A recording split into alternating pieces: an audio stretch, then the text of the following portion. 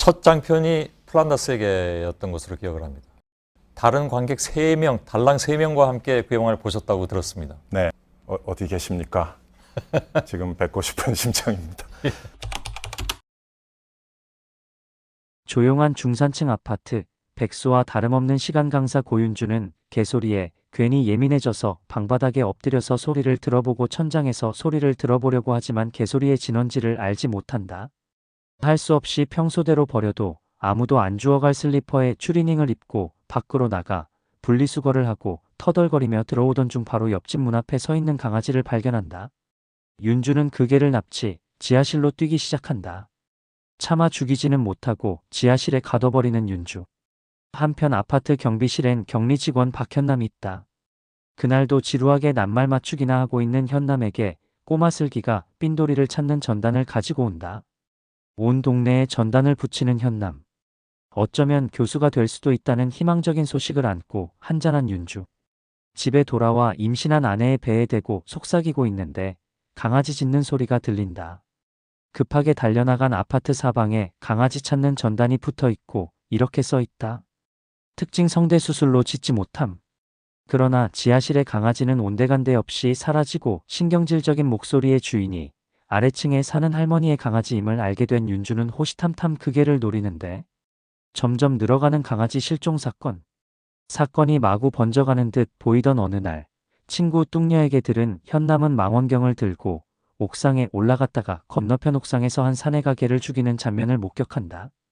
용감한 시민상을 타서 텔레비전에 출연하는 것이 꿈인 우리의 현남. 이 기회를 놓칠 수 없다. 뚱녀의 만류에도 불구하고 정체를 알 수 없는 괴사내를 쫓기 시작하는데 봉준호 감독의 데뷔작 플란다스의 개는 표면적으로는 동명의 동화와 제목만 같을 뿐 그 내용은 전혀 다른 작품입니다. 2000년에 발표된 이 영화는 한국 영화계를 대표하게 될 감독의 첫걸음이었으며 그의 이후 작품들에서 나타날 독특한 영화적 색채를 미리 엿볼 수 있는 작품이기도 합니다. 1969년생인 봉준호 감독은 한국영화 아카데미 11기 출신으로 플란다스의 개로 31세에 영화계에 데뷔했습니다. 이 작품은 상업적으로 성공하지 못했지만 이후 살인의 추억을 시작으로 괴물, 설국열차, 기생충 등 흥행과 비평양면에서 성공을 거두며 한국을 대표하는 감독으로 성장했습니다. 특히 기생충으로 칸 영화제 대상을 수상하며 그의 예술적 지위는 세계적으로 인정받게 되었습니다. 영화는 한 대형 아파트 단지를 배경으로 개 실종 사건과 그 주변에 얽힌 인물들의 이야기를 그립니다. 주요 인물로는 인문계 대학원을 졸업했지만 아직 교수 임용을 기다리는 백수 고윤주와 아파트 관리실 격리 박현남이 등장합니다. 고윤주는 개 짖는 소리에 예민해져 이웃집 개를 없애려 하고 박현남은 단지 내에서 발생하는 강아지 실종 사건에 관심을 갖게 됩니다. 아이러니하게도 개를 싫어하던 고윤주는 아내가 갑자기 데려온 강아지를 키우게 되고 그 강아지마저 잃어버리면서 두 사람의 이야기가 교차하게 됩니다.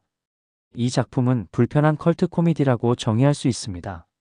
봉준호 감독 특유의 삐딱한 시선으로 사회를 바라보며 다음과 같은 특징을 보여줍니다. 남성 배우에게 여성스러운 이름 고윤주, 여성 배우에게 남성적인 이름 박현남을 부여하는 등 관습적 설정을 뒤집습니다. 동물 학대 장면, 부패한 학계 시스템, 위선적인 사회상 등 관객에게 불편함을 안겨주는 요소들이 등장합니다. 일반적인 영화적 클리셰를 깨는 장면들이 계속해서 등장하며 관객의 기대를 배반합니다. 아파트 단지라는 제한된 공간을 통해 한국 사회의 축소판을 보여주며 적절한 악행, 타협, 위선이 공존하는 현실을 비판합니다. 플란다스의 개는 봉준호 감독이 이후 작품들에서 지속적으로 탐구할 주제들의 예고편 같은 작품입니다.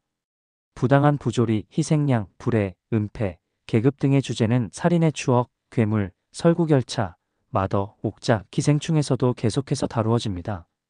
특히 주목할 점은 봉준호 감독 영화에서는 완전한 권선징악이 잘 이루어지지 않는다는 것입니다. 플란다스의 개에서도 개를 도살한 고윤주는 결국 교수 자리를 얻고 변씨는 별다른 불이익 없이 살아가는 반면 순수하고 올바른 박현남은 직장에서 해고되는 결말을 맞이합니다. 플란다스의 개는 그 자체로는 다소 불편하고 괴이한 영화처럼 느껴질 수 있지만 봉준호 감독의 필모그래피 전체를 통해 보면 그의 영화적 세계관을 형성하는 중요한 출발점이었습니다. 그는 이 작품을 통해 삐딱한 세상에 대한 삐딱한 도발이라는 자신만의 독특한 영화 스타일을 확립했습니다. 봉준호 감독은 삐딱함과 컬트적 성향을 대중적으로 접목시킬 수 있다는 것을 증명한 보기 드문 감독입니다. 그의 영화들은 결코 보기 편한 내용이 아님에도 불구하고 상업적으로도 성공했으며 이는 그의 천재성을 보여주는 증거입니다.